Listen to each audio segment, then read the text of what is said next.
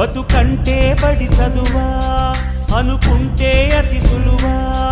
పొరపడినా పడినా జాలి పడదే కాలం మనలాగా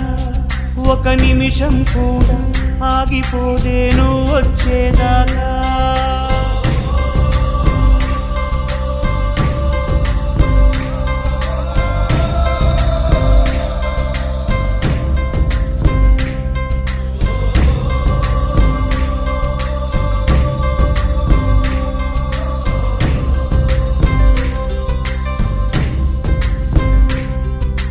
కలలుండని కడలేదని అడిగేందుకే తెలివుందా